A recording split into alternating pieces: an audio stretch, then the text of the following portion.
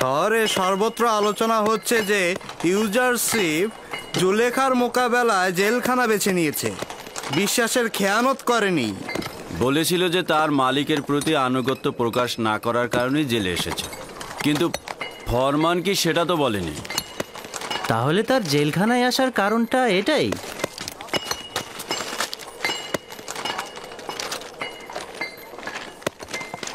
এই জোয়ানকে যতই দেখছি ততই মুগ্ধ হচ্ছি।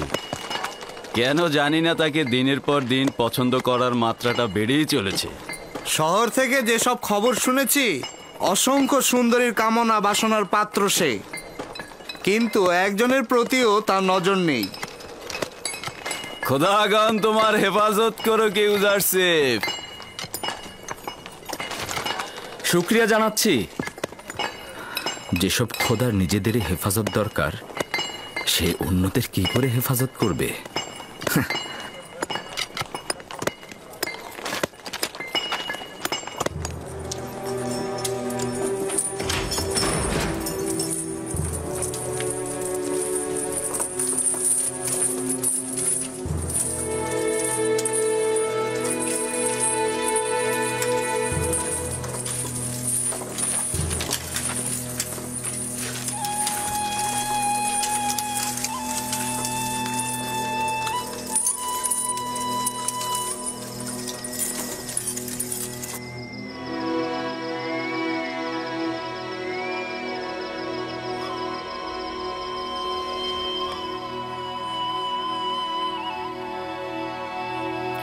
ইবাদতখানার খাদেমগণ আমনের নামে জুলুম করে থাকে। কাউকে কখনো দেখিনি এর প্রতিরোধ করতে। আমনও তাদের কার্যাবলী সম্পর্কে অবগত নন। কে জানে না যে খাদেমগণ তাদের ভোগের জন্য নারী ও যুবতীদের জোরপূর্বক ধরে ধরে ইবাদতখানায় নিয়ে যান। আমনের তো সহধর্মিনীর দরকার নেই। বুঝলাম। তো আপনি কি করে কয়েদি হলেন? আমার কন্যাকে এই খাদেমগণ জোরপূর্বক ধরে নিয়ে গিয়েছিল। আমার কন্যাকে রক্ষা করতে আমি সেখানে যাই এবং কয়েকজনকে জখম করি। তারা আমাকে ধরে জেলখানায় নিক্ষেপ করে। কয়েক বছর ধরে কারাবন্দী। আমার স্ত্রী সন্তানদের কোনো খবর জানি না। চিন্তা করবেন না, আমার বন্ধু মেনিসাবুকে তাদের খোঁজে আমি পাঠাবো। সে যতটা পারে তাদেরকে সহযোগিতা করবে।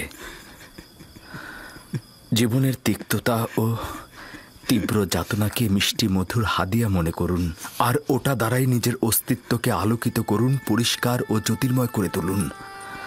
এমন যেন না হয় তীব্র যাতনা আপনার রুহুকে কালো ও দূষিতময় করে তোলে, আর এমনও যেন কখনো না হয় যে দুনিয়ার কষ্টগুলো আপনার দৃষ্টিকে কবরের ন্যায় সংকীর্ণ ও অন্ধকারাচ্ছন্ন করে ফেলে। এমনও তো আছে যে অনেকেই জেলখানার বাইরে, কিন্তু তাদের ভেতরের অস্থিরতা ও পেরেশানির কারণে তারা দুনিয়াকে জেলখানার চাইতেও খারাপ ভাবেন। জেলখানার থেকে খালাসের আশা মিষ্টতায় ভরা, আর মুক্ত অবস্থা থেকে খালাস হওয়ার বাসনা তিক্ততায় ভরা। বাইরের দুনিয়ার আশাগুলো এমনই, আশার পেছনে যত ছুটবে তত তোমাদের থেকে তা পালিয়ে যাবে, আর যদি দৌড়ে ছুঁড়ে ফেলো দেখবে তোমাদের দিকে ছুটে আসবে। তীব্র রোদে মাথা ভর্তি চুল নিয়ে হেঁটো না, তা গলে যাবে এবং একসময় তা ঝরে যাবে। মাটির দেহ মাটিতেই মিশে যাবে, কিন্তু তোমাদের লক্ষ্য যদি অটুট থাকে তবে একসময় সেখানে পৌঁছবেই। সুষম বসন্তকেও একসময় হেমন্ত এসে নিস্তেজ করে দেয়। যে সিংহাসনে রাজা বসে সে সিংহাসনও সবসময় তার জন্য সিংহাসন নয়। তার অতি প্রিয় সিংহাসনটি একসময় তার চরিত্র বদলে তাকে কফিন হয়ে বহন করবে। তাহলে কি এটা বলা যায় না যে এই সংকীর্ণতা ও অন্ধকারে তোমাদের আনন্দময় ও আলোকিত মানুষ করে তুলতে পারে, যদি তোমরা তোমাদের ভুলটা বুঝতে পারো? দিলে কত আনন্দ! তোমার দিলে সব সময় এত আনন্দ কোত্থেকে আসে? কোত্থেকে আনন্দ পাও তুমি? কোনো একজন বন্ধু নির্বাচন করো। ওই বন্ধু তোমার পাশে বসলে দরিয়া সমান দুঃখ তোমার বিলীন হয়ে যাবে। তুমি পাগল হয়ে গেছো। এই জেলখানা আর কারাগারের মধ্যে শুধুমাত্র মৃত্যুটা বাকি।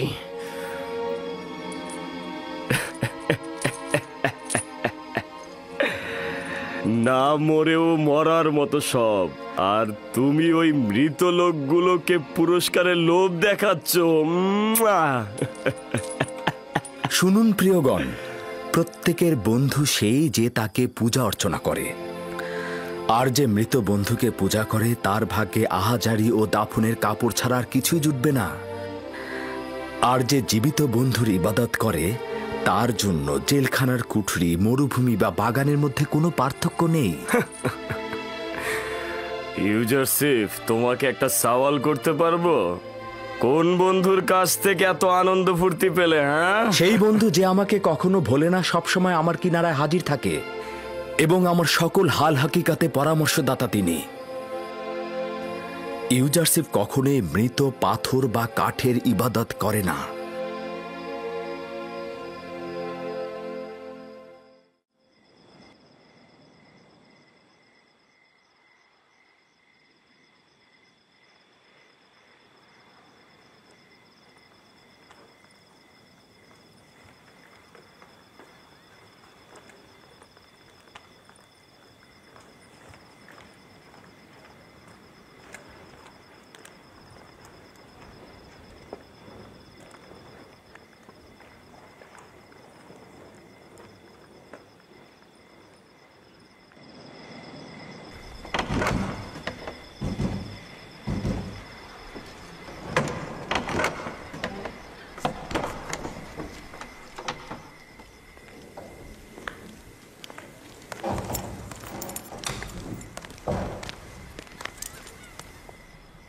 কি হলো?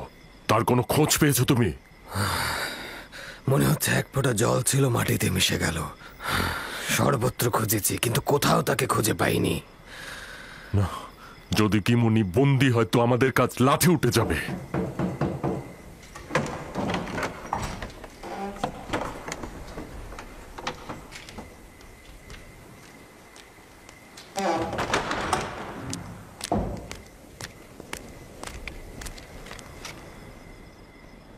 আপুপিস আর ইরানুস কি কম ছিল যে এখন খাদেম কিমুনি যোগ হলো? যদি একজনও কোনরূপ মুখ খোলে তবে আমেন হতে আমাদের কাউকে ছাড়বে না। আর ইবাদত খানার এলাকাগুলো সে তার নিজের অধীনে নিয়ে নেবে। এতটা সহজ হবে না। তারা জানে না যে জনাব আজ্ঞামোহর এবং ইবাদত খানার খাদেমদের প্রতি অবজ্ঞার জবাব খুব ভয়ানক হবে। আমন ইবাদতকারীগণ চুপ করে থাকবে না। আমার মনে হয় আপুপিস ও কিমুনি এখনো গ্রেপ্তার হয়নি। আর যদি গ্রেপ্তার হতো তাহলে অবশ্যই জনাব পুতিফার ও বাদশা আমেন হতে এতদিনে একটা না একটা পদক্ষেপ অবশ্যই গ্রহণ করে ফেলতো।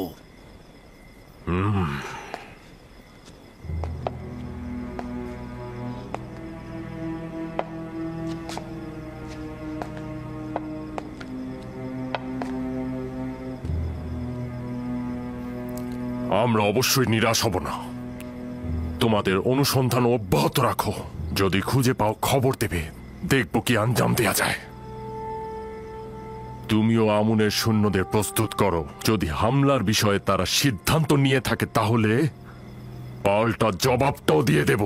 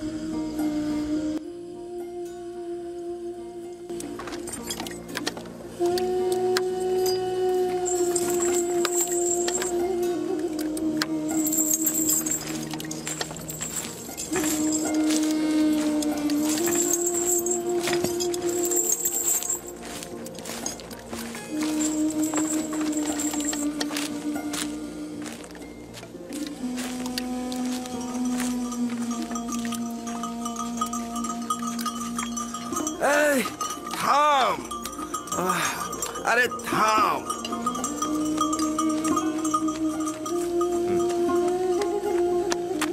এই,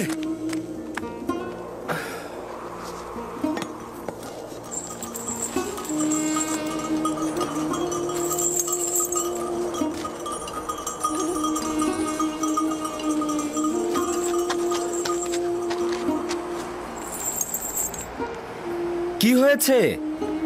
উটটি পালিয়ে যাচ্ছে কেন? জানি না, কোনোভাবেই ওকে থামাতে পারছি না। যাই করি না কেন দৌড়েই যাচ্ছে। কাফেলা থেকে পালিয়েছে, ক্লান্ত হয়ে পড়েছে। ক্যানানের অধিবাসী? হ্যাঁ। তুমি কিভাবে জানলে? তোমার লেবাস ক্যানানীদের মতো। আমি তাদের সঙ্গে জিন্দেগি গড়েছি। হ্যাঁ, এই, তুমি এখানে কি করছো? জানো না এই এলাকা নিষিদ্ধ? আমার অপরাধ নয়, আমার উট এইদিকে পালিয়ে এসেছে, আমি তার পেছন পেছন এসেছি। যত তাড়াতাড়ি সম্ভব এখান থেকে চলে যাও। ও আমার জন্মস্থানের অধিবাসী। আমাকে একটু অনুমতি দাও, আমি তার সঙ্গে একটু কথা বলি। হ্যাঁ, ঠিক আছে, দ্রুত কথা সেরে ওকে বিদায় করো।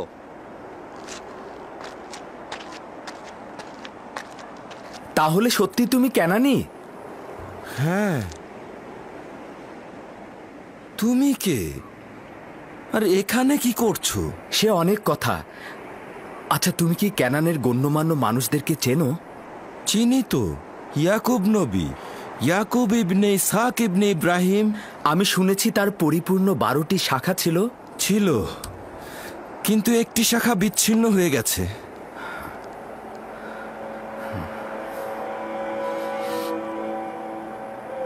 ইয়াকুব নবীর হাল হাকিকাতের কোনো খবর আছে?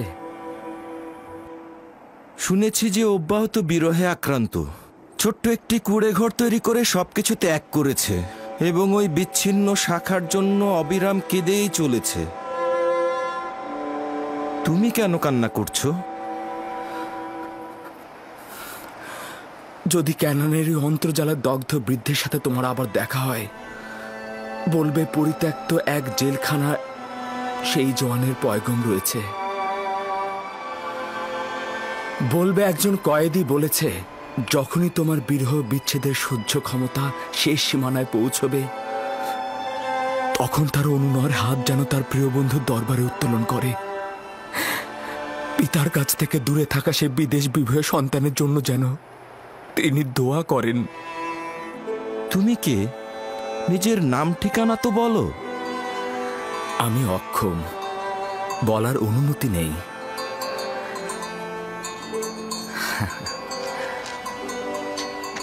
দেখো, তোমার উট চলে এসেছে, তোমাকে দেখে আর ভয় পাবে না। হ্যাঁ, আজব ব্যাপার, ওর পিছনে কতই না ছুটলাম আমি। একেবারেই আজব নয়।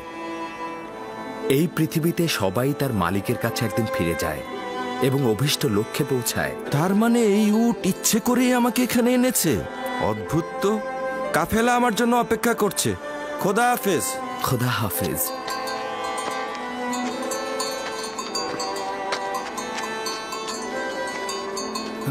ক্যানানে সে মহান ব্যক্তিকে বলবে তার কেটে ফেলা শাখার বদলে মহান খোদাকে যেন নিজের দিলে রোপণ করে। তাকে সবুর ধরতে বলবে আর দোয়া করতে বলবে দ্রুত যেন তাকে ফিরে পায়। আচ্ছা, খোদা হাফেজ। খোদা হাফেজ।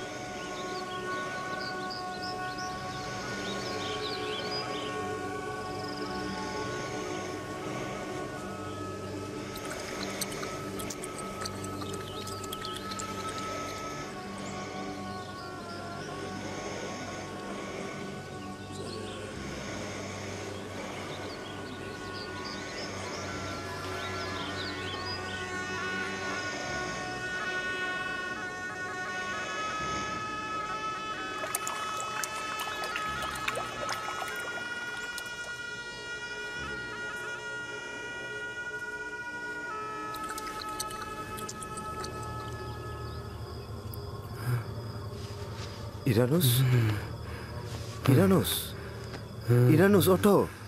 ইরানুস, খ্বাব দেখছিলে?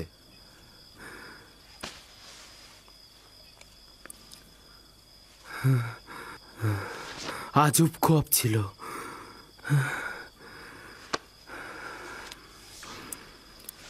তুই কেন জেগে আছিস? আমিও খ্বাব দেখেছি। ঘুম থেকে উঠে বুঝতে পারলাম তুইও খ্বাব দেখছিস। যদি জেলখানার বাইরে থাকতাম, ইবাদতখানার খ্বাব ব্যাখ্যাদানকারীর কাছে যেতাম। হ্যাঁ। আচ্ছা, জেলখানার ভেতরে কেউ খ্বাবের ব্যাখ্যা করতে জানে না?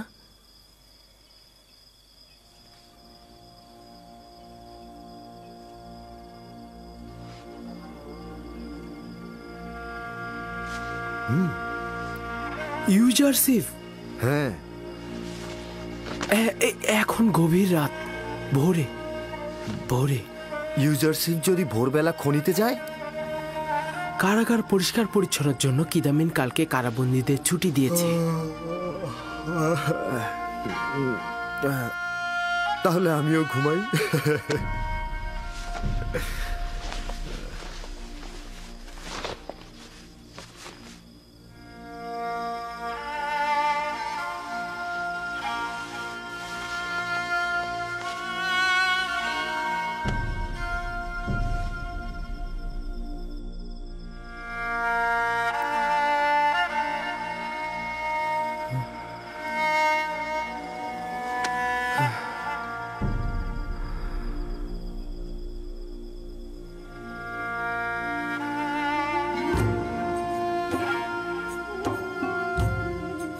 তোমার রিসালাতের সময় পৌঁছে গিয়েছে। এখন থেকে পরবর্তীকারের আদেশ ও তোমার কর্তব্য হল কারাবন্দী ও মিশরের মানুষের হেদায়েত ও একাত্মবাদী খোদার তাবলিকের জন্য অঙ্গীকারবদ্ধ হওয়া। নিঃসন্দেহে এই পথে খোদা তাআলা তোমাকে সাহায্য ও মদত দেবে।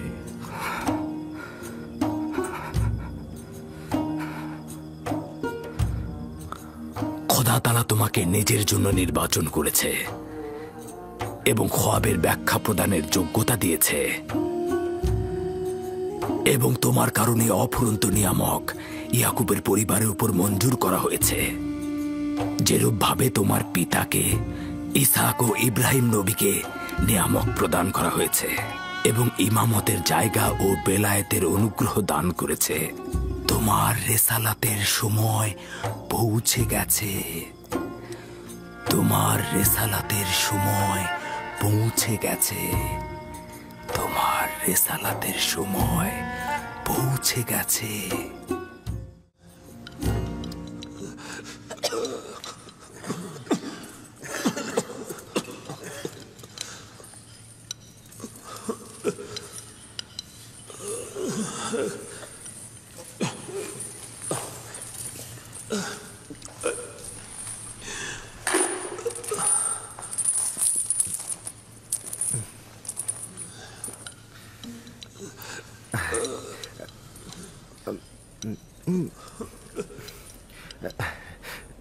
আমি ও ইরানোস একটা খোয়াব দেখেছি। তুমি ব্যাখ্যা করতে পারবে? কি খোয়াব দেখেছ? আগে বর্ণনা করো দেখি। আমি খোয়াবে দেখলাম আঙ্গুরের থোকা থেকে আঙ্গুরের রস নিংড়ে পেয়ালায় ভরে বাদশাকে দিলাম। বাদশা অনেক ভীত ছিল। ভালো খোয়াব নয়। একদমই ভালো খোয়াব নয়। আচ্ছা, আর তুমি কি খোয়াব দেখেছ? আমি খোয়াব দেখেছি, এক ঝুড়ি রুটি আমার মাথায় ছিল, আর পাখিগুলি এসে রুটিগুলি খেয়ে সাথে নিয়ে চলে গেল। হ্যাঁ, চলে গেল। হ্যাঁ,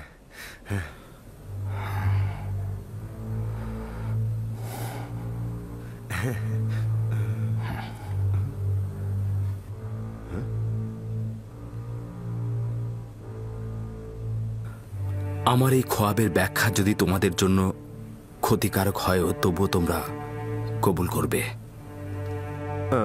কবুল করব। কবুল করবে? এইটা কি করে হবে? তুমি যেটা বলবে সেটাই মেনে নিতে হবে। বোঝাই যাচ্ছে যে তোমরা আমার কথার হাকিকত নিয়ে সন্দেহ পোষণ করবে। আমি তোমাদের অধিকার দিচ্ছি, তবে এটা জেনে রাখো যে আমি খোয়াবের ব্যাখ্যা জানি, আর আমি এখন যেটা বলবো সেটা অবশ্যই বাস্তবে ঘটবে। প্রথমে আমি তোমাদের একটা নিশানা স্পষ্ট করব, তারপরে আমি তোমাদের খোয়াবের ব্যাখ্যা প্রদান করব। যেমন কি নিশানা? যেমন আজকে আমাদের এখানে কি খাবার নিয়ে আসবে সেটা আমরা কেউ জানি না, আমি বলে দেব। বাহ বাহ ইউজারসিফ, তুমি দেখি তন্ত্র মন্ত্রও শিখেছ।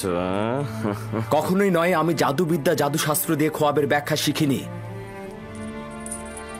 আমার রুহ সহযোগিতা প্রাপ্ত হয়েছে, আসমানি সহযোগিতা, মহান রাব্বুল আলামিনের এলেম দ্বারা ইলহাম প্রাপ্ত। এই জ্ঞান আমার পরওয়ারদিগার আমাকে শিক্ষা দিয়েছে।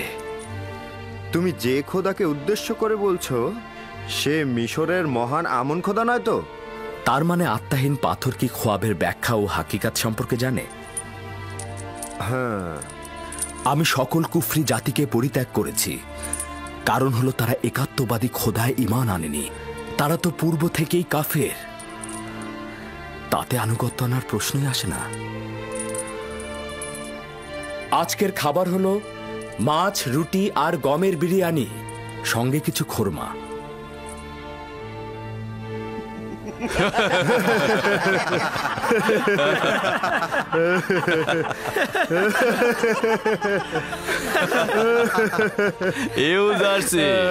এটা কারাগার, মেহমান খানা নয়।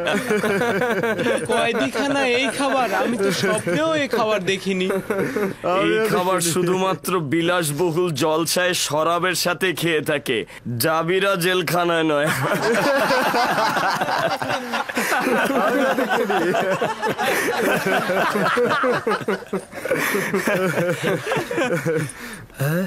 সত্যি করে বলো তো, তুমি যে খাবারের কথা বলছো তা সত্যি আসবে? খাবার এনেছি, সবাই সারি করে দাঁড়াও।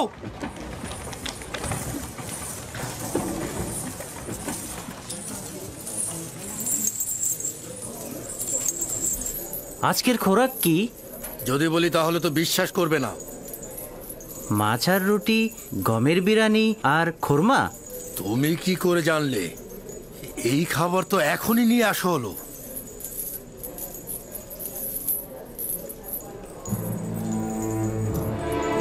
ইউজারসিফ যেই খাবারের কথা বলেছিল সত্যি সত্যি সেই খাবারই এসেছে। লাইনে দাঁড়াও, সবার কাছে পৌঁছাবে। তোমরা সবাই সারিতে দাঁড়াও।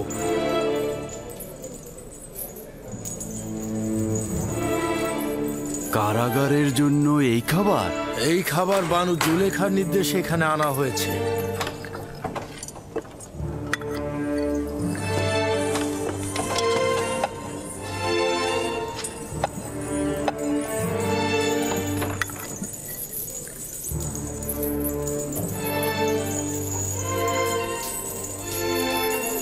এই খাবার জুলেখা পাঠিয়েছে। আচ্ছা, এটা জুলেখারি কারবার। তা নয় তো কি, এর আগে কখনো এই কারাগারে এমন খাবার দেখেছো? বানু জুলেখা কারাবন্দীদের প্রতি সহানুভূতিশীল হয়ে তাদের মনোরঞ্জনের জন্য এই খাবার পাঠিয়েছে। সকল কয়েদির মনোরঞ্জনের জন্য নাকি একজন কয়েদির মনোরঞ্জনের জন্য? হ্যাঁ,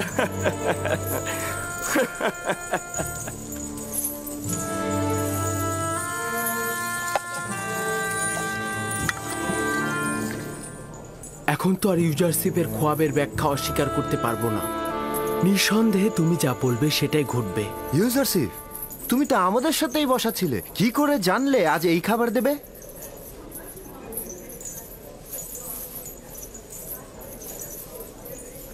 আমি যা কিছু জানি পরওয়ারদিগারের পক্ষ থেকে আমাকে তালিম দেওয়া হয়েছে। নিজে থেকে আমি কিছু বলি না। তুমি কোন খোদার কথা বলছো? তুমি কার অনুসারী? আমি আমার পিতা ও পিতামহের দিনের অনুসরণ করি। ইব্রাহিম, ইসহাক ও ইয়াকুব দিনের। তুমি ইব্রাহিমের উত্তরসূরি, যে কিনা এক খোদার অনুসরণ করত। হ্যাঁ, সেই যে কিনা তোমাদের অনেক খোদাগণের বিরুদ্ধে অভ্যুত্থান করেছিল। সেই যে কিনা কুফরি, শেরেক ও নিজ হাতে তৈরি করা খোদার বিরুদ্ধে সংগ্রাম করেছিল। এই ইউজারশিপ, হাজার হাজার বছর ধরে আমাদের পূর্বপুরুষরা আমুন খোদার ইবাদত করে আসছে। তারা কি এতদিন ভুল করে এসেছে? নির্জীব পাথর খোদাই করে তৈরি হয় তোমাদের সেই মহান আমুন খোদা। পাথরের কারিগররা তাদের নিজ ইচ্ছে মতো তার আকার দিয়ে থাকেন। এটা কি ইবাদতের যোগ্য, নাকি মহাপরাক্রমশালী যে পরাজিত হন না তিনি ইবাদতের যোগ্য? এইরকম খোদাই আসলে ভালোবাসা আর ইবাদতের যোগ্য। কিন্তু কিন্তু আমরা কোথা থেকে জানবো এর অস্তিত্ব? তাকে তো আমরা কখনো দেখিনি। তাহলে আমরা তাকে কিভাবে পাবো? আমাকে তো তোমাদের হেদায়েতের জন্য এখানে পাঠানো হয়েছে এবং তোমাদের খোয়াবের ব্যাখ্যা প্রদানের ক্ষমতা দেয়া হয়েছে। তোমাদের আজকের খাবারের আগাম খবর তো আমিই দিলাম। একটা মাত্র ভবিষ্যৎবাণী শুনে আমরা আমাদের খোদাকে ভুলে যাব না, আর তোমার খোদার ইবাদত করব না। তোমাদের আগে বলেছি আমার এলেম রাব্বুল আলামিনের কাছ থেকে, না আমার নিজের কাছ থেকে। এখন আমি তোমাদেরকে এমন বিষয়ে বলবো যেটা আমি আগে কখনোই তোমাদেরকে বলিনি।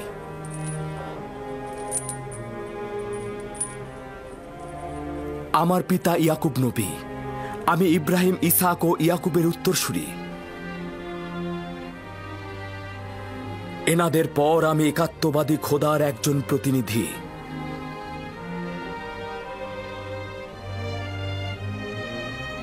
তোমাদেরকে আমি আমার পূর্বপুরুষ ইব্রাহিমের দিন এবং একক ও অদ্বিতীয় খোদায় ঈমান আনতে আহ্বান করছি। তুমি তাহলে খোদাবন্দের প্রেরিত প্রতিনিধি? তোমাদের জন্য বলছি, আম্বিয়া সিলসিলার একটি ধারণা ইনসানদের হেদায়েতের জন্য প্রেরণ করা হয়েছে।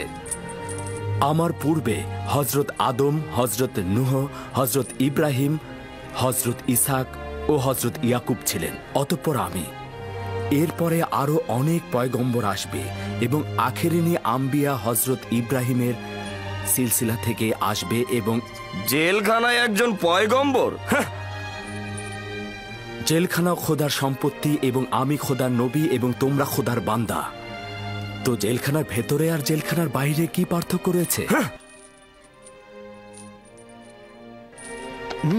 তাহলে আমাদের খোয়াবের ব্যাখ্যার কি হবে? শোনো, তোমাদের কথা তো আমি ভুলিনি, চিন্তিত হও না। অবশ্যই তোমাদের খোয়াবের ব্যাখ্যা ঈমানের সঙ্গে সম্পর্কিত। ওই খোদাবান্দের প্রতি ঈমান আনবে যিনি আমাকে ব্যাখ্যা শিখিয়েছেন। ঈমান গ্রহণ করব? তুমি যা বলবে সেটাই শুনবো। কিছুই বলার নেই, কিন্তু আমরা তো তোমার খোদাকে চিনি না। হ্যাঁ, এতদিন ধরে যার ইবাদত করেছো তাকে কি তোমরা চেনো? তোমরা কি জানো না তোমাদের মাবুদগুলো আত্মাহীন পাথর, তারা ইচ্ছাহীন এবং তারা অক্ষম? জানো না কি এই অহেতুক জিনিসের ইবাদতে তোমাদের কোনরূপ সম্মান ও মঙ্গল বয়ে আনবে না? এই পরিস্থিতিতে আমার মাবুদ সকল মাখলুকাতের খালেক, সকল মাখলুকাতের মূল সত্তা, আর আমার মালেক সকল মন্দ কাজ থেকে বিরত থাকে।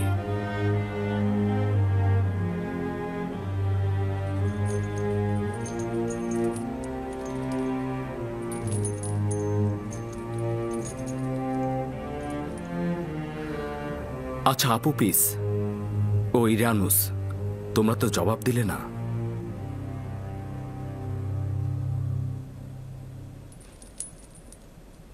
সভ্যতার সবচাইতে বড় দলিল তোমার মাবুদের কুদরত, যা তুমি দেখালে। আমি ঈমান আনছি। আচ্ছা আপু পিস, এবার তোমার কথা বলো। সত্যি বলতে কি, যখন চিন্তা করি তামাম জীবন একটা ইচ্ছাহীন সত্তার ইবাদত করছি, তখন নিজেকে খুব মূর্খ মনে হয়।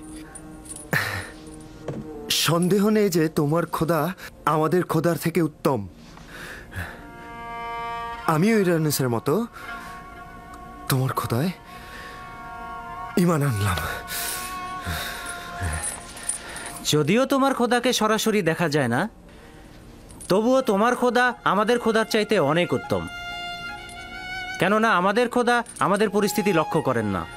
যদি আমুন ও আমুনের অন্যান্য খোদা দ্বারা কোনরূপ কল্যাণ পেতাম, তাহলে এই কথার জন্য তোমাকে শাস্তি দিতাম।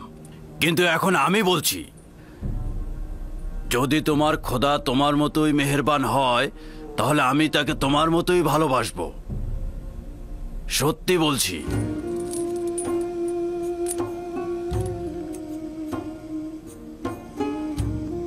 আমি খোদার প্রেরিত পয়গম্বরের উপর ঈমান আনলাম, যাকে আমাদের হেদায়েতের জন্য প্রেরণ করা হয়েছে। আমিও তোমার খোদার প্রতি ঈমান আনছি, আর আমার পাথরের খোদাকে বর্জন করছি। হ্যাঁ, আমি এখন থেকে যেই খোদার ইবাদত করব, তিনি আমার খালেক, তিনি আমার মাখলুক নয়। আমিও একাত্মবাদীর ইবাদত করব। আমিও আজকে থেকে আর আমার পাথরের খোদাকে একদম বিশ্বাস করছি না।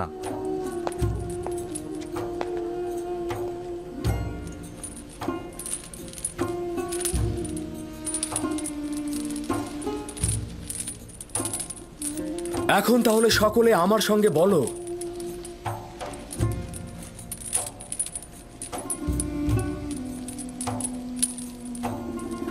ইব্রাহিম, ইসহাক ও ইয়াকুবের খোদার নামে। খোদার নামে আমরা নিস্তেজ ও পাথরের তৈরি খোদা থেকে,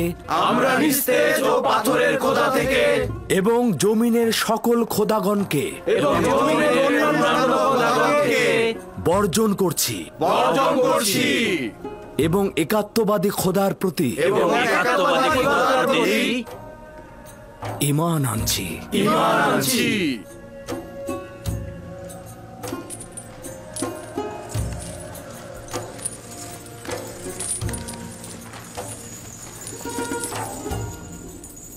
ইউজারশিপের বিরুদ্ধে পদক্ষেপ নেওয়া উচিত। যেমন কি পদক্ষেপ? সে সকল কারাবন্দীকে এক খোদার ইবাদতকারী বানিয়ে ফেলছে। তাহলে আমাদের পূর্বপুরুষের আইনের কি হবে? জটিল করো না। ইউজারশিপ আমাদের জেলখানার জন্য আশীর্বাদ স্বরূপ, আর আমরাও তাই চাই। তুমি তোমার কাজ করো, আর ওদেরকে ওদের কাজ করতে দাও। জনাব ইউজারশিপ, আমরা ঈমান এনেছি। এখন আমাদের খোয়াবের ব্যাখ্যা করুন। আমাকে কথা দিয়েছিলে তোমাদের খোয়াবের ব্যাখ্যা যা কিছু হোক কবুল করবে, এমনকি যদি ক্ষতিকারক হয় তবেও। কবুল করছি তো। আমরা প্রতিজ্ঞায় অটল আছি। ইরানুস, তোমার খোয়াবের ব্যাখ্যা হচ্ছে এই যে 3 দিন পর তুমি তোমার পূর্ব পেশায় ফিরে যাবে এবং আমেন হতেবের সাক্ষী হিসেবে সম্মান ও মর্যাদা পাবে। আর আপু পিস, তুমি 3 দিন পর শাস্তি স্বরূপ ফাঁসি কাষ্ঠে ঝুলবে। তোমাকে ঝুলিয়ে রাখা হবে, আর পাখিরা তোমার দেহ ঠুকরে ঠুকরে খাবে।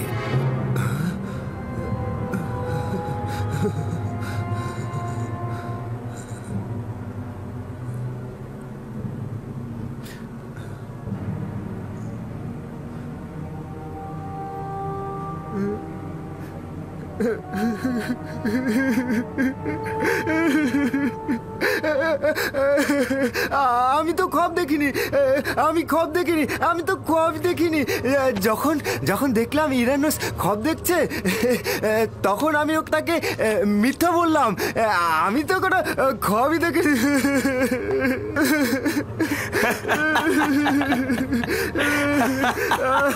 ধোকা গেলে ইউজারশিপ, তোমার দাবি মিথ্যা প্রমাণিত হলো। একজন মিথ্যা পয়গম্বর সে। আসলে সে কোনো খোয়াবি দেখেনি, সে তোমাদের মিথ্যা বলেছে, তোমাদের ধোঁকা দিয়েছে।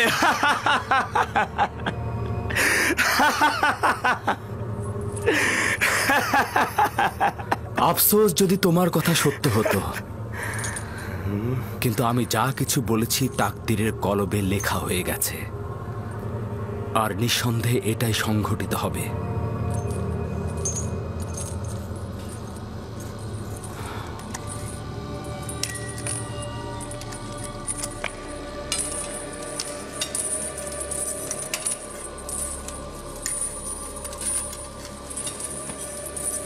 আমিও কিছুক্ষণ পূর্বে তোমার মতোই চিন্তা করছিলাম। আমি ভেবেছিলাম আমার খোয়াবের ব্যাখ্যা খারাপ হবে।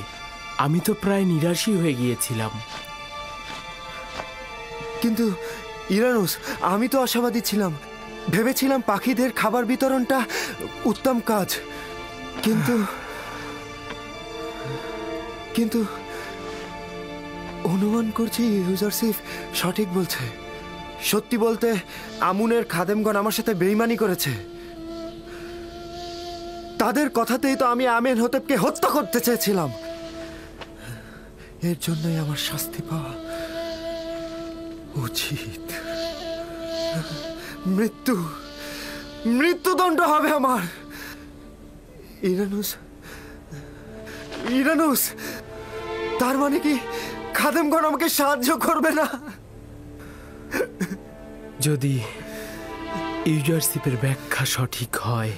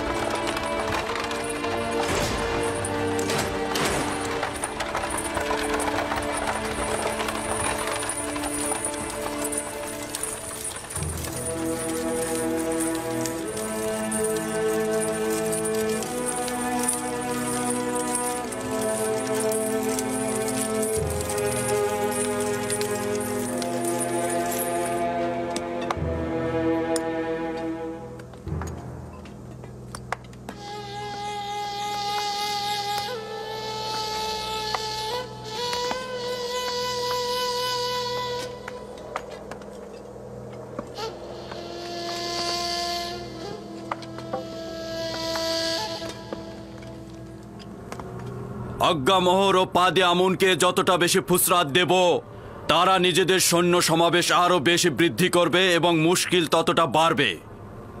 যদি সিদ্ধান্ত এই হয় যে তাদের সঙ্গে সংঘর্ষে লিপ্ত হব, তাহলে আমার প্রস্তাব আজ্ঞামোহর ও পাদে আমুনকে এখানে এনে কিমনি ও আপুপিসের মুখোমুখি করা। তারা তো আর আপুপিসের স্বীকারোক্তিকে অস্বীকার করতে পারবে না, তাই নয় কি? পারবে? ওদের পাপের শাস্তির রায় তো আমার জানাই আছে। মন্দিরের আওতাধীন সকল জমি জমা আমি ফিরিয়ে নেব। আজ্ঞামোহর আর পাদিয়ামুনকে আমি কঠোর শাস্তি দেব। উত্তম হচ্ছে যে রাজমহলে জাঁকজমকপূর্ণ মেহমানদের আয়োজন করা হোক। আজ্ঞামোহর ও তার সহকর্মীদের দাওয়াত করা হোক। এমন সময় খাদেম কিমনি, ইরানুস ও আপুপিসকে এখানে হাজির করানো হবে, একে অপরের সঙ্গে মুখোমুখি করানো হবে। আপনি কি ভাবছেন এ দাওয়াত তারা কবুল করবে? যখন বাদশাহ আমেনহোতেব কাউকে দাওয়াত করেন, তার ওয়াজিব হলো এই যে বাদশার প্রতি আনুগত্য প্রকাশ করা। যত দ্রুত সম্ভব আয়োজন করো, এই মজলিসেই বিচার কার্য সুনিশ্চিত হবে। হুকুম শিরোধার্য আলী জনাব।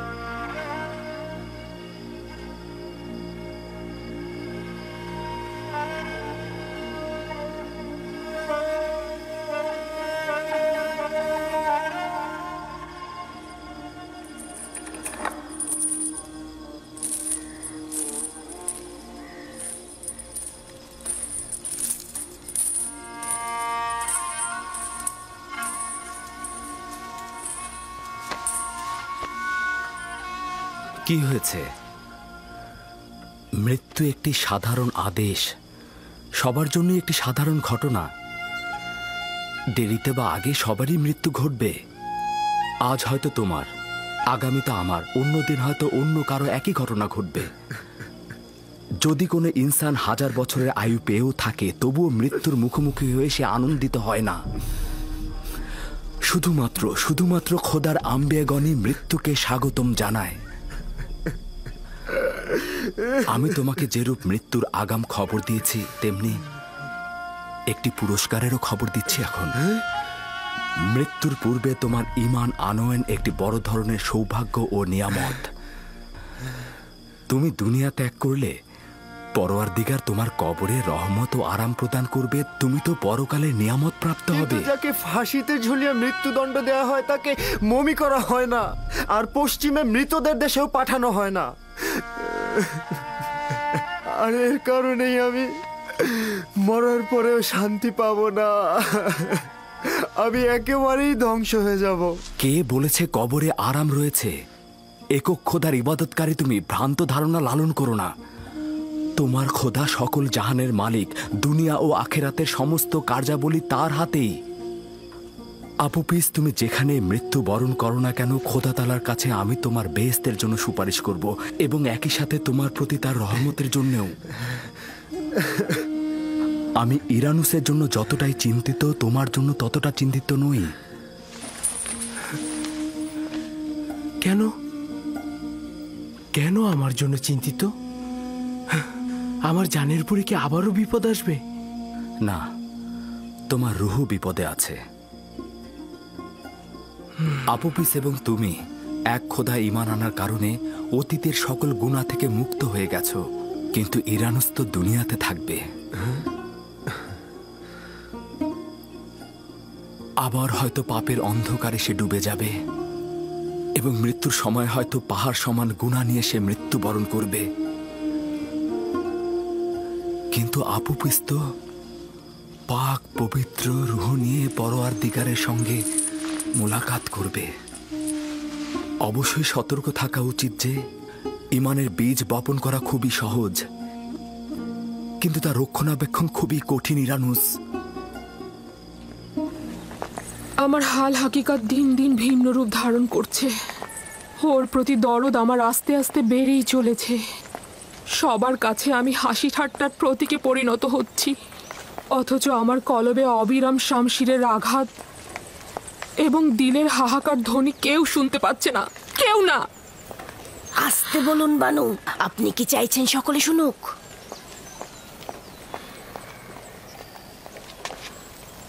আমি আঘাতে বিশ্বাসী। ইউজারসিফের আনুগত্য ও বশ্যতা শিকারের একমাত্র পথ আঘাত ও দৌড়া মারা। আপনার একটু ধৈর্য ধরা উচিত বানু। আমি ইউজারসিফকে ছোট থেকে বড় করেছি। কেউ তাকে কোনো কাজে বাধ্য করতে পারে না, যদি সেটা তার অমতে হয়। আমি অন্য কোনো পন্থার কথা ভাবতেই পারছি না। কিন্তু আমি ভাবছি তাকে যদি জোর না করে একটু বোঝানো যায়, তাহলে হয়তো আনুগত্য প্রকাশ করবে। যদিও এই কাজ করে কোনো ফায়দা নেই, তবু আপনাকে খুশি করতে যে কোনো কাজ করতে আমি প্রস্তুত আছি বানু।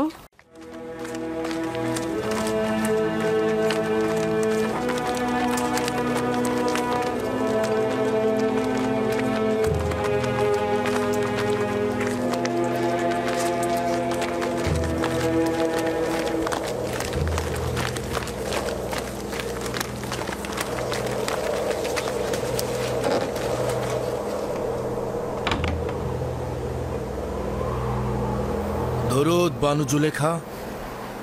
খোদাগণের দরুদ তোমাদের ওপর। ইউজারসিফকে আনুগত্য প্রকাশে বাধ্য করতে পারলে? না আমার বানু, সে সংশোধন হয়ে অনুগত্য পোষণের মতো নয়। তাকে বাধ্য করা খুব শক্ত কিছু নয়, তোমরা সেটা পারোনি।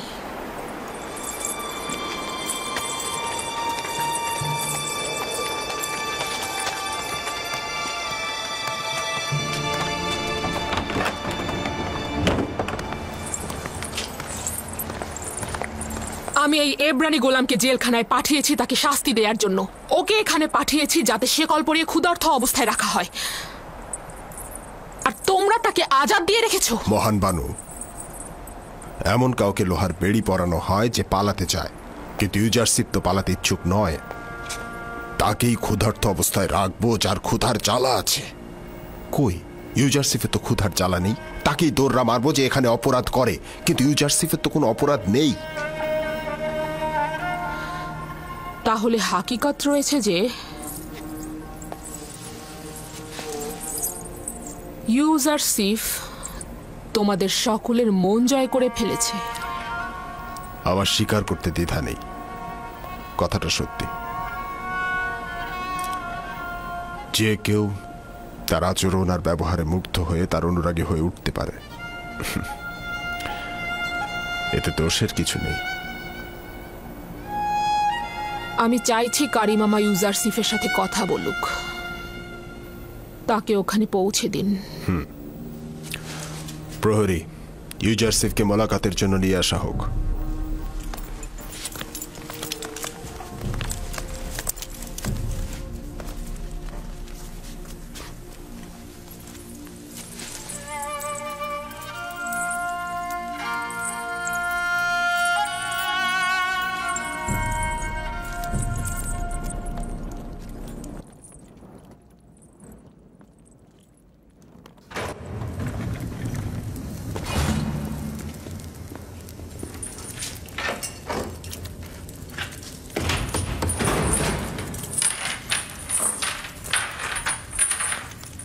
আমরা একা কথা বলবো।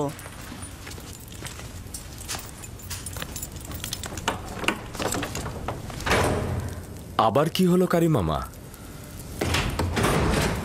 বানু জুলেখা কি এখনো তার সে খেয়ালিপানা জেহানে লালন করছে? খাওয়া দাওয়া কিছুক্ষণের জন্য ভুলে থাকা যায়,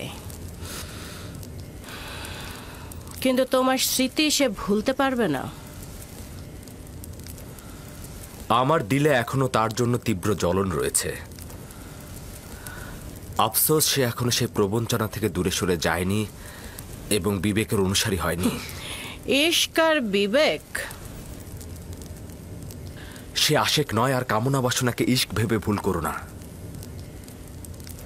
ইশক পবিত্র, তার নোংরা দিলে বাসা বাঁধে না। তুমি বানু জুলেখাকে নোংরা বললে?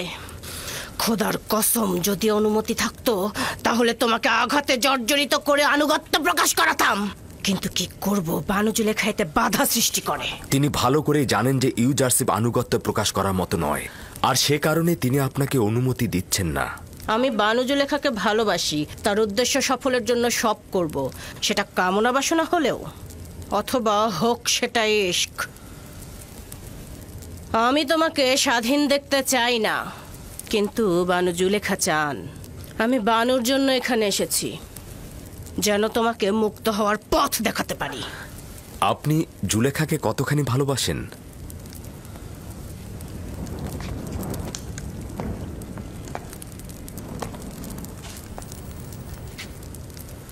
আমার জানের আন্দাজ পরিমাণ। আর আমি আমার খালেককে আমার অস্তিত্বের চাইতেও বেশি ভালোবাসি। আর আমার আকাঙ্ক্ষা হচ্ছে আমার সকল আমূল দিয়ে আমি তাকে ভালোবাসবো, জুলেখাকে নয়। আমি তোমাকে কথা দিলাম, যদি বানুর প্রতি আনুগত্য প্রকাশ করো আর তার চাওয়া পূরণ করো, তাহলে তোমাকে এখান থেকে মুক্ত করব। জুলেখাকে আপনি বলে দেবেন ইউজারশিপ নোংরা ও গুনার পরিবর্তে স্বাধীনতা কিনবে না। উত্তম হচ্ছে তিনি যেন তার রুহকে শয়তানের কাছে বিক্রয় না করেন। তিনি কেন এটা বুঝছেন না, তার কারণে মিশরের বিশ্বস্ত স্ত্রীরা তাদের স্বামীদের কাছে বিশ্বাস হারাচ্ছেন। যদিও বানু জুলেখাকে আমি অনেক পছন্দ করি, তারপরেও স্বীকার করে নেওয়া উচিত সে একজন বদ মহিলা। পুতিফারের মতো একজন মহান লোকের স্ত্রী হয়েও কিভাবে পারে অন্য একজনের পিছে ছুটতে, আর সেটা যদি হয় তোমার মতো একজন।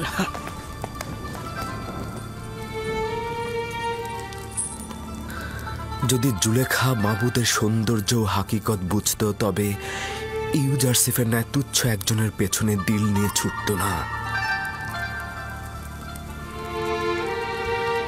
হে পরওয়ারদিগার, জুলেখার ভেতরের অন্ধকার জেলখানা থেকে তাকে মুক্তি দাও এবং তার কল্পকে ঈমানের আলোয় আলোকিত করে দাও।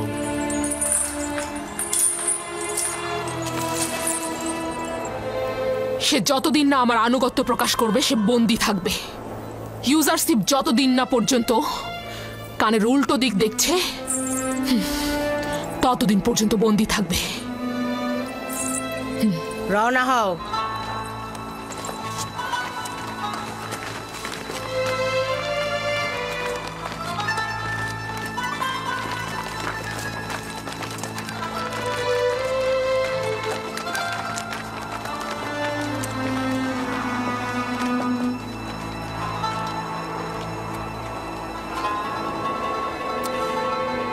জুলেখা জুয়ার খেলোয়াড়, সে ভিতরে পরাজিত হয়েছে কিন্তু বাহিরে প্রকাশ করছে না।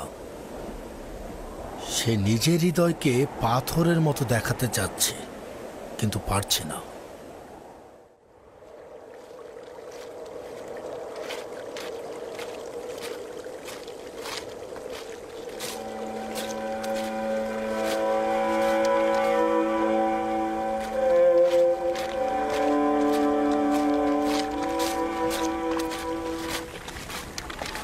খোদাতালার দরুদ তোমার উপর। তোমার উপরেও খোদাতালার দরুদ। ইয়াকুব নবীকে খুঁজছি। তার কাছে কি চাও? আমি তার কাছে মিশরের এক কয়েদি জওয়ানের পয়গাম নিয়ে এসেছি। কি বলছিলে? একজন কয়েদি জওয়ান?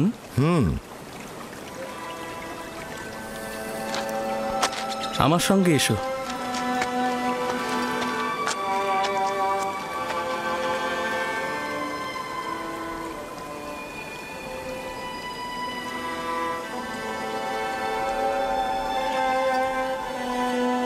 এসো।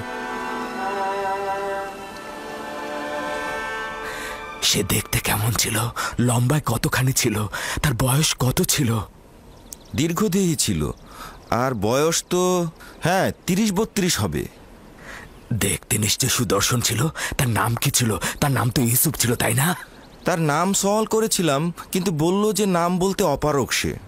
তার সৌন্দর্য খুব একটা লম্বা চুলার দাড়ির কারণে ঠিক বোঝাই যাচ্ছিল না। আমার ইউসুফের সৌন্দর্য অন্ধকারের মধ্যে বোঝা যাবে, কোনো কিছুই তার সৌন্দর্যকে আড়াল করতে পারবে না। কেনানের গণ্যমান্য ব্যক্তির কথা সওয়াল করছিল, আমি আপনার কথা বলেছিলাম। 12টি পরিপূর্ণ শাখার বিষয়ে সওয়াল করেছিল, বলেছি একটি শাখা বিচ্ছিন্ন হয়ে গেছে। তার নামটা কেন বলেনি? কেন বলেছে অপারগ? ও যদি আমার ইউসুফ হতো তাহলে বলতো তার পিতার জন্যই বলতো। তুমি না বললে জোয়ানের কাছ থেকে পয়গাম এনেছ? হ্যাঁ, সে বলেছে অচেনা ও দূরের অতীত কয়েদিদের জন্য দোয়া করতে। খোদাবন্দে তাকে কারাগার থেকে নাজাত দিন। কয়েদি আরও বলল, যখন আপনি আপনার হাত খোদাতালার উদ্দেশ্যে তুলবেন তখন পিতার থেকে দূরে থাকা অপরিচিত সন্তানের জন্য দোয়া করবেন। ও নিশ্চয়ই আমার ইউসুফ। পিতার থেকে দূরে থাকা সন্তানের আর্তনাদ এটা। বেনিয়ামিন, বেনিয়ামিন, শুনেছ? ও নিশ্চয়ই আমাদের ইউসুফ হবে। আব্বাজান শান্ত হন, শান্ত হন আব্বাজান। ইউসুফ মিশরে কি করবে? তাও আবার কারাগারে। তার ওই কথা ছাড়া তার সাথে তো কোনো মিলই নেই। অনুমান করছি এই আমার ইউসুফ, অথবা ওই ইউসুফের খবর জানে। আরও কিছু কথা বলেছে, যেমন খোদার উত্তরসূরি বা এরকম আরও কিছু বলেছে, কিন্তু আমার ঠিক স্মরণে নেই। হে আমার পরওয়ারদিগার, ওই কয়েদিকে জেলখানার অন্ধকার থেকে তার পিতার পরিপূর্ণ দয়ার কোলে ফিরিয়ে দাও। তার পিতাকে দীর্ঘ বিচ্ছেদের জ্বালা থেকে রক্ষা করো। যদি অনুমতি দেন আমি এখন যেতে চাইছি। খোদা তোমার হেফাজত করুক, নেক কাজে হাদিয়া দান করুক। আশা করছি এই চোখ আমার ইউসুফকে দেখেছে। অনেক শুক্রিয়া আমার ভাই। আপনাকেও অনেক শুক্রিয়া। আসি। খোদা হাফেজ। খোদা হাফেজ।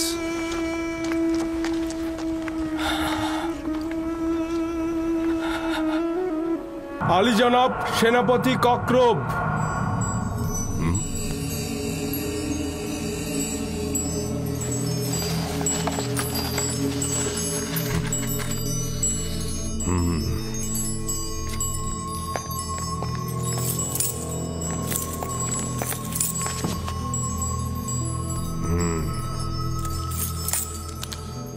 দরুদ মহান পুরোহিত আলী জনাব অজ্ঞামোহর।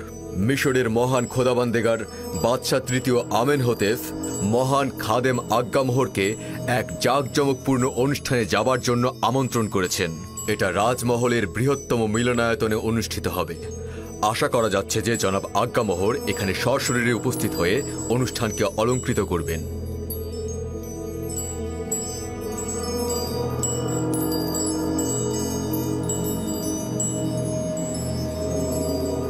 মহামান্য বাদশার প্রতি শুকরিয়া জানাচ্ছি এবং তার মেহমানিতে হাজির হব। তুমি এখন যেতে পারো।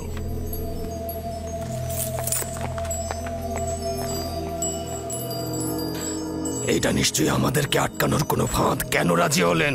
উপায় নেই। হাজির না হওয়া মানে বিদ্রোহ, অর্থাৎ আমেনহোতেপের বিরুদ্ধে যুদ্ধ ঘোষণা। অন্যদিকে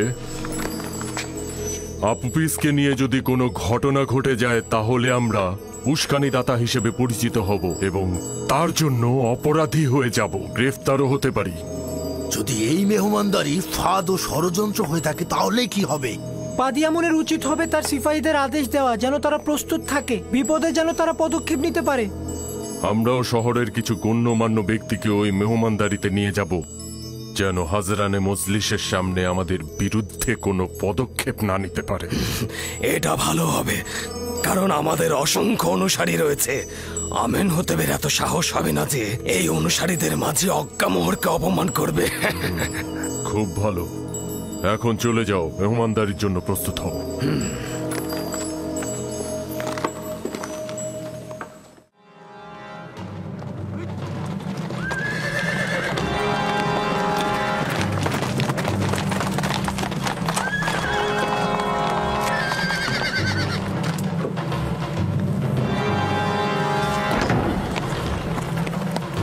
দরুদ আপনার উপর আলী জনাব হরেন হোপ। শুক্রিয়া। আমি আপুপিস, ইরানুস আর খাদেম কিমনিকে নিতে এসেছি। ঠিক আছে আলী জনাব, একটু অপেক্ষা করুন।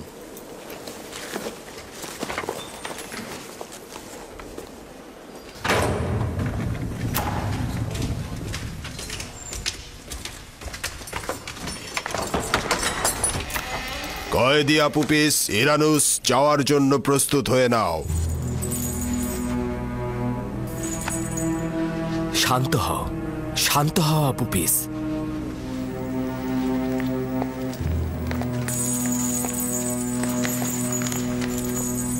রায়ের জন্য তোমরা এখন আমেনহোতেপের দরবারে যাবে। না না না না না না না না, তুমি তো এক খোদায় ঈমান এনেছো, অবশ্যই তার ইচ্ছার প্রতি আনুগত্য পোষণ করো, তার প্রতি বিশ্বাস রাখো। তিনি সুবিচারক, তিনি যা করেন তা ভালোর জন্যই করেন আপুপিস। আমরা যদি আজকে তৃতীয় দিন, তাহলে অবশ্যই আমাদের আবার ইউজারশিপের স্বপ্নের ব্যাখ্যা একদম মিলে গেল। দেখেছো আপুপিস, দেরি না করে চলে এসো। ঠিক আছে, ঠিক আছে, তাই হবে। ওঠো আপুপিস।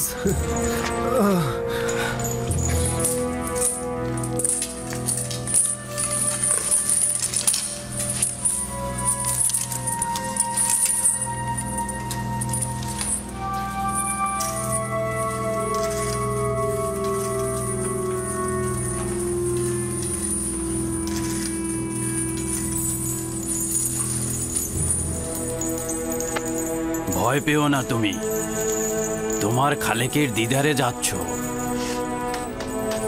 খাদেম কিমনিকে প্রস্তুত করো। ঈমান নিয়ে এখান থেকে যাচ্ছ, আনন্দিত হও, বড় আনন্দের দিন তোমার।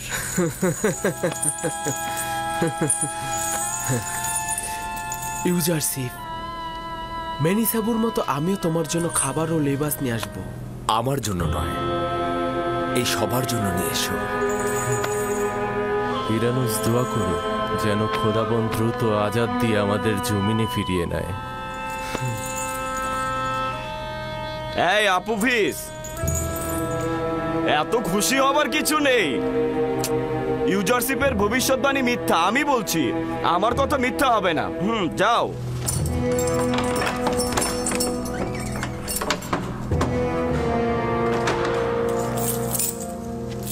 দরজা খুলে দাও। কিমনি পুরোহিত, বাইরে এসো, যাবার জন্য প্রস্তুত হও।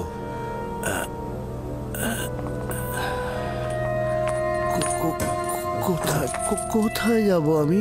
আমি জানি না। আমেনহোতেবের রাজমহলের শাওয়ারিগণ তোমাকে নিতে এসেছে। হ্যাঁ, তাকে শেকল বেরি পরানো হোক।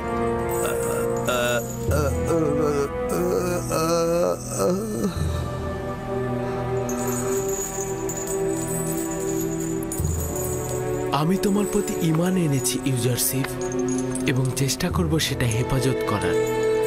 তুমি আমেনহোতেবের কাছে যাবে এবং পূর্বের মান মর্যাদা ফিরে পাবে। আমেনহোতেবের সাথে আমার একবার মোলাকাত হয়েছিল, কিছু স্মৃতিও রয়েছে। তাকে তুমি আমার কথা বলবে, বলবে যে ইউজারশিপ কোনো গুনাহ করেনি। অবশ্যই, আমি অবশ্যই বলবো। আমি তোমার আজাদের অনেক জন্য হয়েছে, এসো। অবশ্যই বলবো ইউজারশিপ, আমি তোমার আজাদের জন্য অবশ্যই খোদা তদবির করব। হাফেজ। তুমি চিন্তা করো না। খোদা হাফেজ। খোদা হাফেজ। খোদা হাফেজ। খোদা হাফেজ। খোদা হাফেজ। খোদা হাফেজ। খোদা হাফেজ। তুমি নিশ্চিত থাকো যে বাদশাহ আমেনহোতেব তোমাকে এই কারাগার থেকে মুক্ত করবে। হায় আফসোস, এরকম যদি আমাদেরও কেউ থাকতো। কি বললে? বললাম আমেনহোতেব তোমাকে এই কারাগার থেকে মুক্ত করবে, তার এই কুদরত রয়েছে। কিন্তু আমি তো আমেনহোতেবের চাইতে অধিক কুদরতের অধিকারীকে চিনি। কেন তাকে কিছু বললাম না?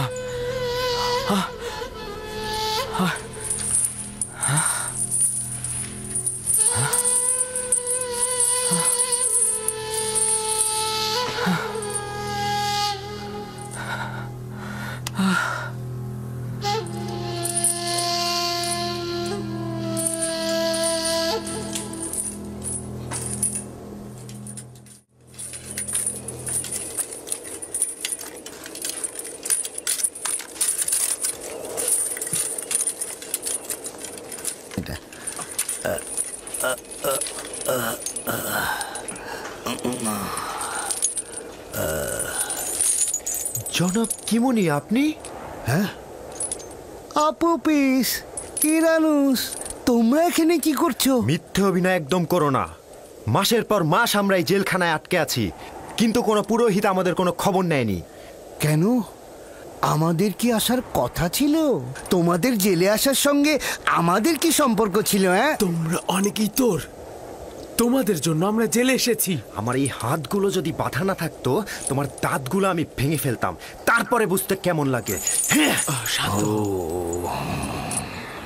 ওদের মুখ ঢেকে দাও, তারপর একসাথে গাড়িতে তোলো।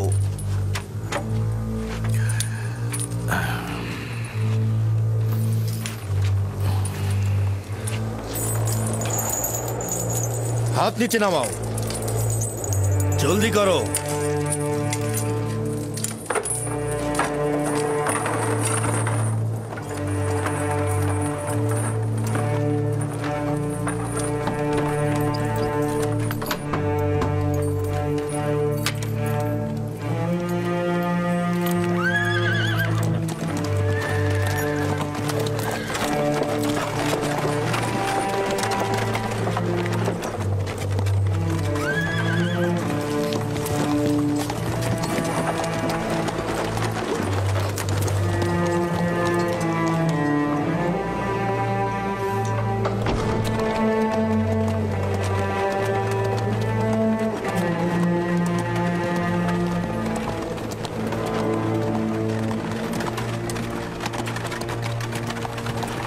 আপুপিস, আপুপিস,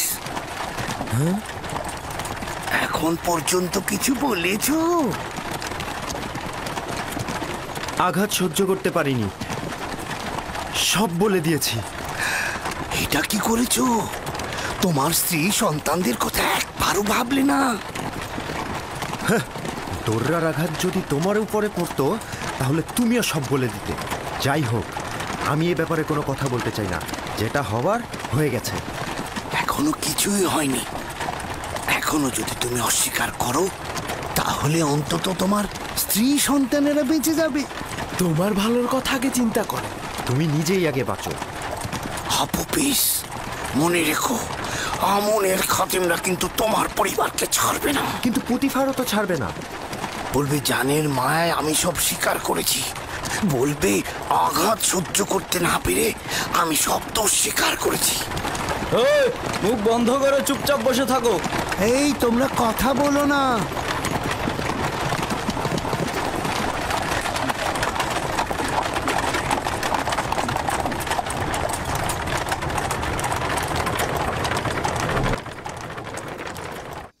এত শক্তভাবে নিও না, তুমি তো ভুল কোনো পথে মশগুল হওনি।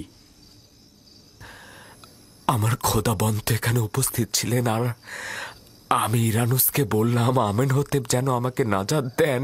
যদি আমেনহোতেপ জানে যে তুমি গুনাহ করনি এবং তোমার নাজাতের পদক্ষেপ নেয়, তাতে তো কোনো দোষ নেই, তাই না? যে আমি অন্যদেরকে আমার খোদার তুষ্টির জন্য আশাবাদী করছি, আর সেই আমি কিনা অন্যের সাহায্য চাচ্ছি, এটা দোষ নয়। আমি তো তার থেকে গাফেল হলাম। আমি তাকে ভুলে গেলাম। তুমি শুধু চেয়েছো যে বাদশাহ তোমার হাল হকিকত সম্পর্কে গাফেল না হোক। তুমি গুনাহগার নও। যখন আমার খোদাবন্ধ নিজেই আমার কাছে হাজির, আমার কাছে নাজির, তখন কি দরকার ছিল অন্যের মনোযোগ চাওয়া? আমি খোদাবন্ধের কাছে হাত জোড় করে ক্ষমা চাইছি। আমি ভুল করেছি, আমি ভুল করেছি।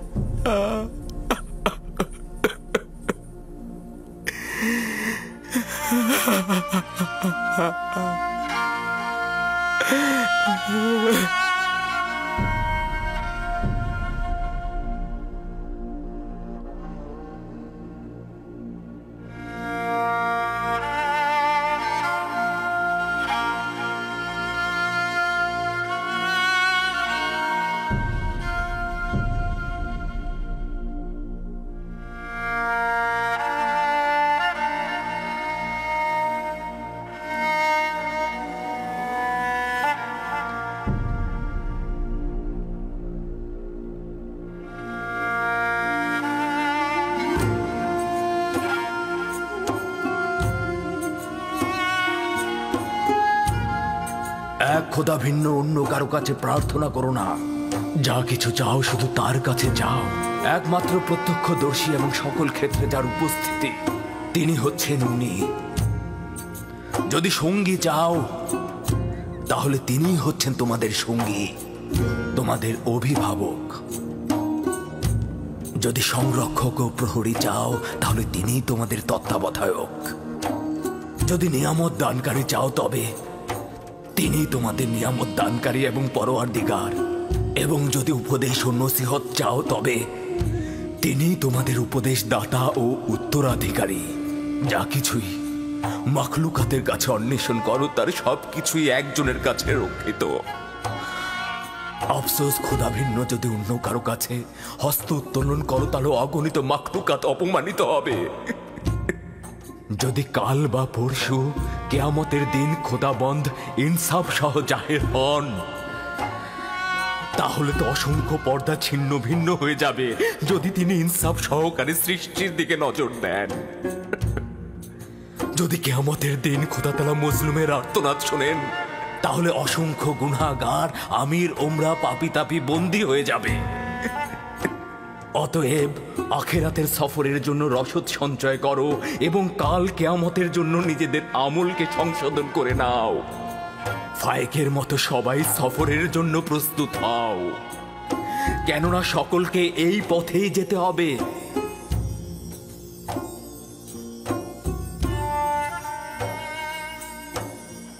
আমার গুনহার শাস্তি সম্পর্কে অবগত করতে এসেছেন। শান্ত হও ইউসুফ, নিজেকে এতটা কষ্ট দিও না। আমি আমার পাপ সম্পর্কে অবগত, আমি কখনোই নিজেকে ক্ষমা করব না। তোমার এই অবগত হওয়াতেই মহান খোদার সন্তুষ্টি। তার আনুকূল্য অপার অসীম যা ইউসুফকে লজ্জিত করেছে।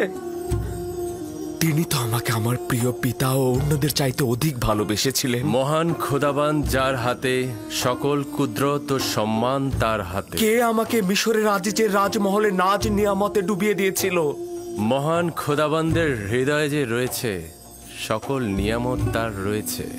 কে আমাকে জুলেখা ও মিশরের অন্যান্য নারীদের হাত থেকে নাজাত দিয়েছে?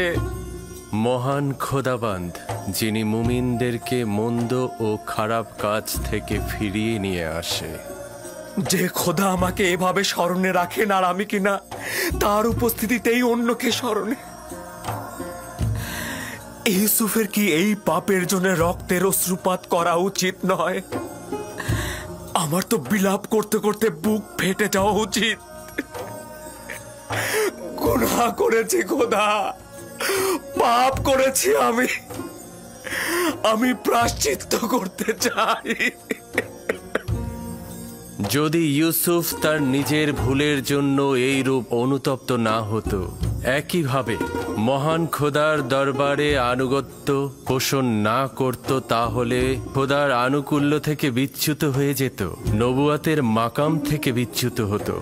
সিদ্ধান্ত ছিল ইউসুফ 1 বছর জেলখানায় থাকবে, কিন্তু এখন এটা 7 বছর বৃদ্ধি করা হয়েছে, যেন ইউসুফ তার পাপের প্রায়শ্চিত্ত করে এবং কারাবন্দীদের হেদায়েত দান করে, কারণ ভবিষ্যতে ইউসুফের অসংখ্য বন্ধু দরকার হয়ে পড়বে। আমি কারাগার আলিঙ্গন করছি, এমনকি যদি সমস্ত জিন্দেগি হয়। শুধু আমার মাবুদ যেন আমার থেকে দৃষ্টি ফিরিয়ে না নেন, শুধু এটাই কামনা করছি। আমি শুকরিয়া জ্ঞাপন করছি।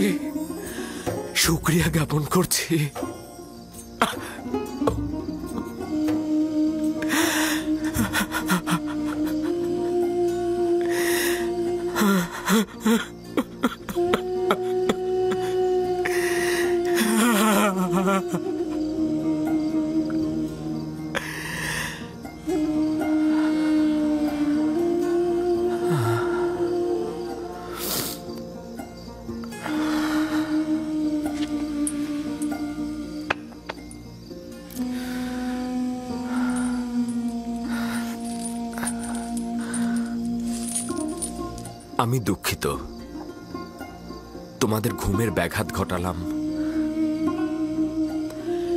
সব সময় একটাই দোয়া করবে, খোদা তাআলা যেমন আমাদেরকে ঈমান দান করেছেন তেমনি তা যেন ফিরিয়ে না নেন।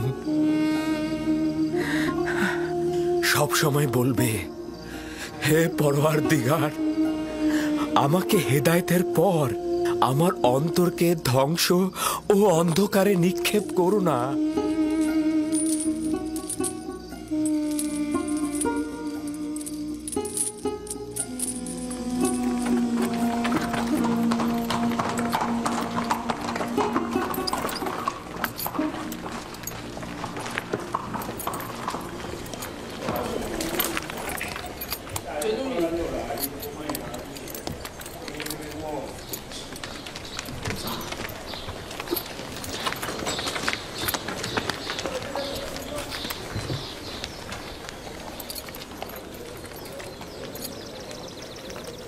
সম্ভাব্য বিপদের মোকাবেলায় প্রয়োজনীয় পদক্ষেপ চিন্তা করেছ তো?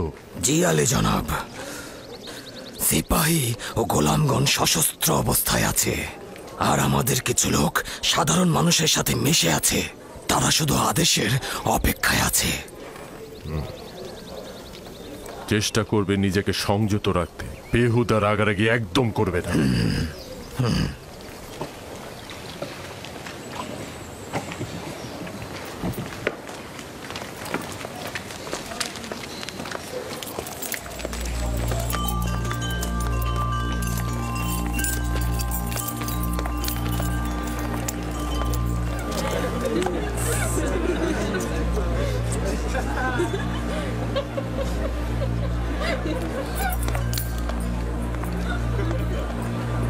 জনাব পদিয়ামুন, আপনাদের অস্ত্রগুলো জমা দিন।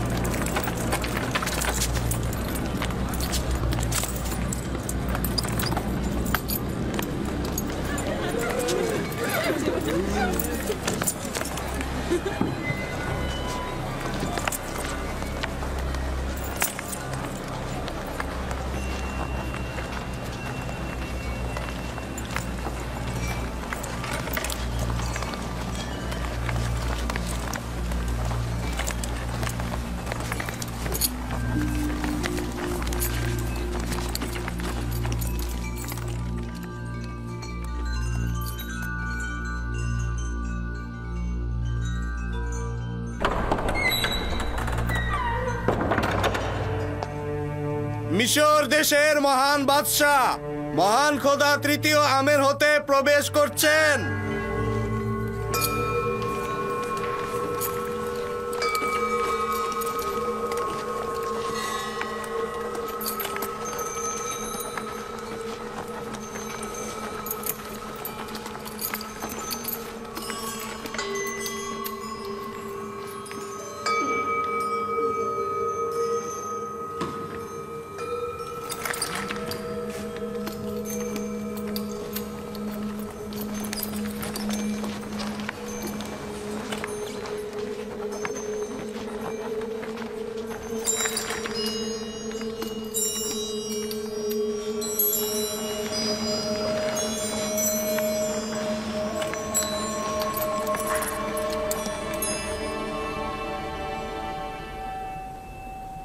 বাবা জনাব আজ্ঞামোহর, মিশর ভূমির খোদার প্রধান খাদেম আজকের মেহমানদারিতে খোশ আমদেদ। আপনার উপরেও দরুদ মিশরের মহান খোদা মহান বাদশাহ তৃতীয় আমেন হতে, মিশরের সকল রাজমহলের শ্রেষ্ঠ বাদশাহ। আচ্ছা, সত্যি করে বলুন তো জনাব আজ্ঞামোহর, যে উপাধি ব্যবহার করলেন তা কি নিজে কবুল করেন? আমাদের সন্দেহ নেই, এবং যা বললাম তা শতভাগ সত্যতা রয়েছে। আমন খোদার খাদেমদের দৃষ্টিতে মিশরের সকল বাদশাহই অর্ধ খোদা পদমর্যাদার অধিকারী। তাহলে উপস্থিত গণ্যমান্যদের কাছে সওয়াল করছি, অজ্ঞামোহরের কথা অনুযায়ী এই পদমর্যাদার অধিকারীর বিরুদ্ধে ষড়যন্ত্রকারীর শাস্তি কি হওয়া উচিত?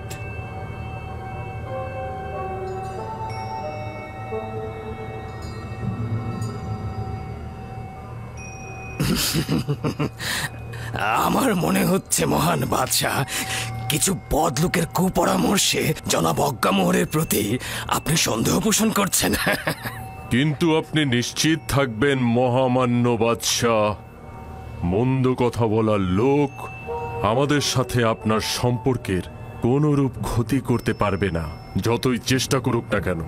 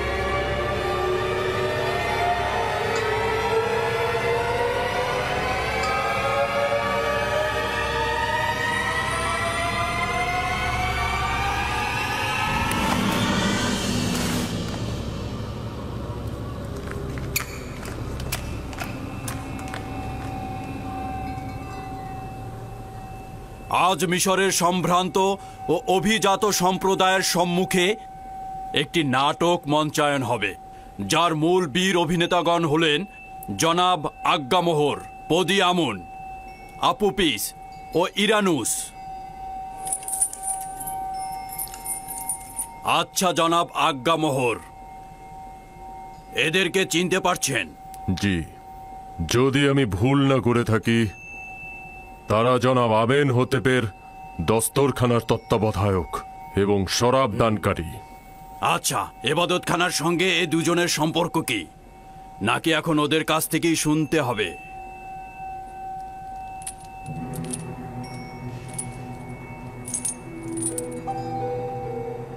তাদের সঙ্গে আমাদের সম্পর্ক হলো তারা আমুনের অনুসারী, তাদের সঙ্গে অন্য কোনো সম্পর্ক নেই আমাদের।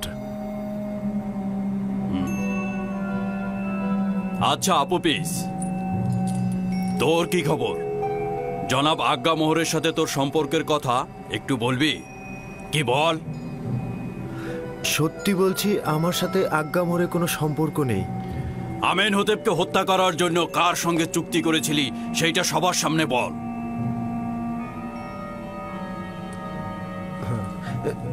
না না না, আমার তো তার সাথে কোনো চুক্তি হয়নি। কিন্তু তুই জেলখানার প্রতিনিধির সম্মুখে স্বীকার করেছিস যে আজ্ঞামোহর তোকে হাজারো স্বর্ণরৌপ্য দিয়েছে এবং তুই বাদশার পেয়ালায় বিষ ঢেলে দিয়েছিস। তোর স্বীকারোক্তি দেওয়ার সময় কয়েকজন জেলখানায় হাজির ছিল। না না, অস্বীকার করব না। তখন আমি জানের মায়ায় বাঁচার জন্য অস্বীকার করেছি। মহামান্য বাদশার জান কতলের ব্যাপারে কি বলবি? কেন এই কাজ করেছিলি? এই ঘটনার সঙ্গে জনাব আজ্ঞামোহরে কোনো সম্পর্ক নেই। আমি যখন খাদ্য তত্ত্বাবধায়ক ছিলাম তখন জনাব বাদশাহ আমার উপরে রাগান্বিত হয়েছিলেন আর আমি ভয় পেয়েছিলাম। ভেবেছিলাম বাদশাহ আমার জান কতল করে ফেলবেন, সেই কারণেই আমি এটা করেছি। জানো তো, কেউ যদি বাদশাকে হত্যার চেষ্টা করে তাহলে তার শাস্তি মৃত্যু। এটা উত্তম নয় কি? তোমরা আসল পরিকল্পনাকারীর নামটা বলে দাও আর সেই শাস্তি পাক।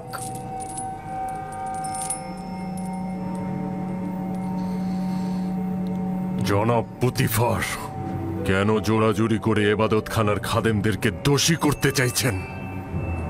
সে সবার সম্মুখে আমাদের সাথে তাদের সম্পর্কের কথা অস্বীকার করেছে।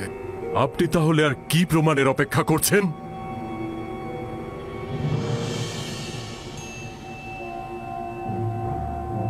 আপনি এখনই উত্তেজিত হবেন না জনাব, কারণ নাটক এখনো বাকি রয়েছে।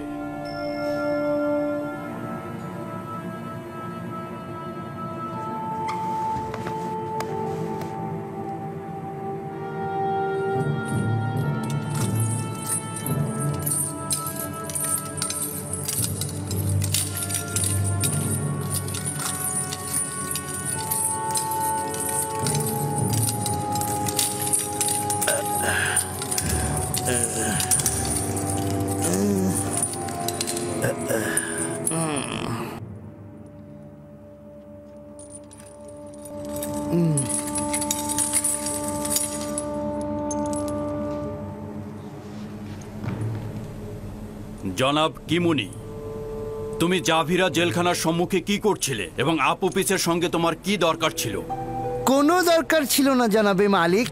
আপুপিসের স্ত্রী আর সন্তানেরা আমার কাছে এসে কান্নাকাটি করছিল, তাই ভাবলাম একটু খুঁজে দেখি।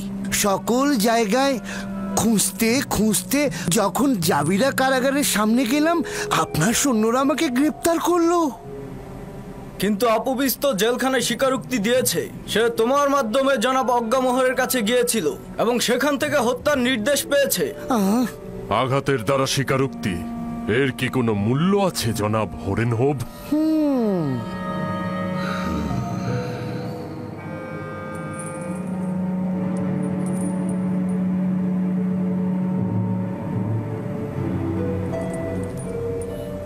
তার মানে তোমার ইরানুস আর আপুপিসের সঙ্গে কোনো সম্পর্ক নেই এবং আমাকে কতল করার কোনো নীল নকশা তুমি করনি? না আমার খোদা বন্দেগার, এদের সঙ্গে আমার কোনো সম্পর্কই নেই। এবং তুই আপুপিস, কিমনি এবং আজ্ঞামোহরের সঙ্গে কোনো সম্পর্ক করিসনি? না আলী জনাব, আমার জনাব কিমুনি ও আজ্ঞামোহরের সঙ্গে কোনো সম্পর্ক নেই। তাহলে কি তুই শুধু শুধু ইরানুসের সঙ্গে মিলে আমাকে হত্যা করার নীল নকশা করেছিস? না আলী জনাব, না, আমি এই ষড়যন্ত্র সম্পর্কে অবগত ছিলাম না। সত্য বলতে কি আলী জনাব, ও এই সব ঘটনা জানতো না। এই সকল ঘটনা আমি নিজেই করেছি। আমি ওর কাছ থেকে সাহায্য চেয়েছিলাম, কিন্তু ও আমাকে সাহায্য করেনি। ও আপনাকে জানিয়ে দিয়েছে।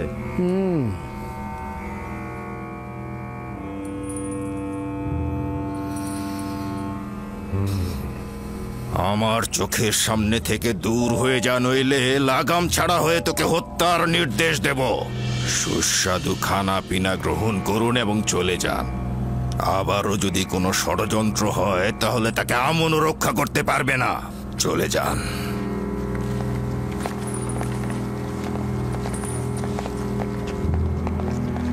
এটা ইবাদতখানার খোদা ও খাদেমদের চরম অবমাননা। এরা কাফের, আমুনকে ঘৃণা করে। আমুন এদের জবাব ঠিক সময় মতো দেবে। তুই নির্ঘাত বোকা, নিজের জানকে আজ্ঞামোহরের জন্য উৎসর্গ করলি। যদি হাকিকত বলতি তাহলে এখান থেকে নাজাত পেতি। আমি নিজের জানকে পরিবার ও আত্মীয় স্বজনদের জন্য উৎসর্গ করলাম।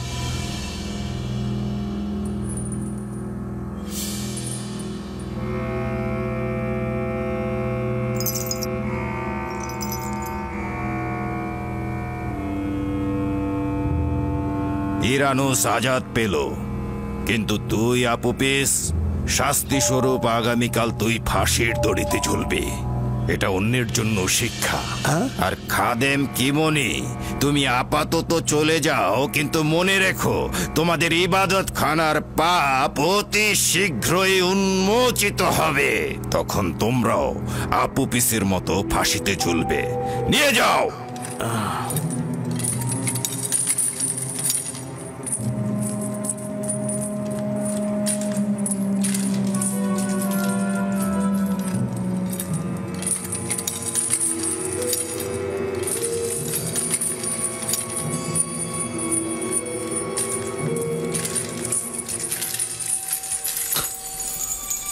রাজসভা শেষ হলো, সবাই চলে যান।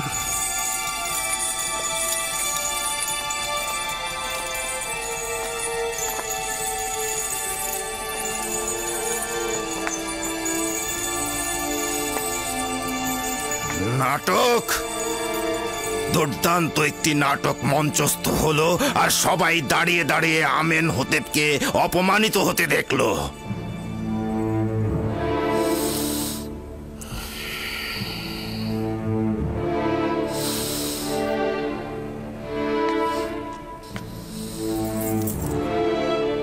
ইরানুস। জি জি জি জি আলী জনাব। তুই কি আমার শরাব দানকারী সাকি নস? জি জি জি আলী জনাব, অবশ্যই। তাহলে শরাব কোথায়? আপনার খেদমতে হাজির জনাব।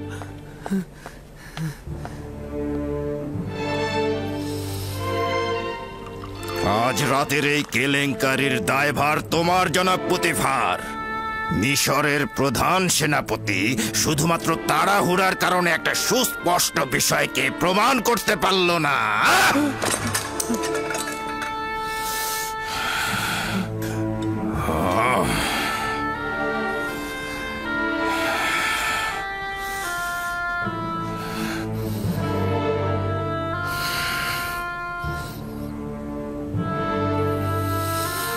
তুমি আমাকে আশ্বাস দিয়েছিলে সব আমাদের অনুকূলে আছে, আর তুমি সেটা প্রমাণ করতে পারবে।